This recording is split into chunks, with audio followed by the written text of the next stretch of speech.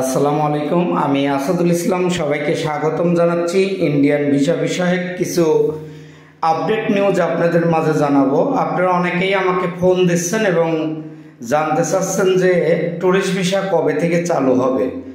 Tourist ভিসার বিষয়টি আসলে অ্যাকচুয়ালি যেগুলো আমি নিউজ কালেকশন করলাম সেই নিউজ অনুযায়ী আপনাদেরকে অবশ্যই আজকে জানাবো, এবং তার আগে আরেকটা নিউজ আপনাদেরকে দেব।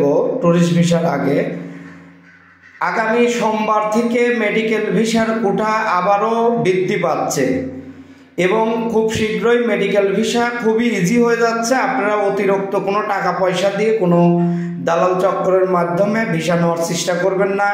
খুব শীঘ্রই মেডিকেল ভিসা এবং আগামী সপ্তাহ থেকে আরও ইজি হচ্ছে।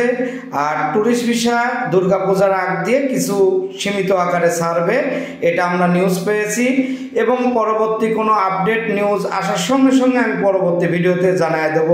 আসসালামু আলাইকুম।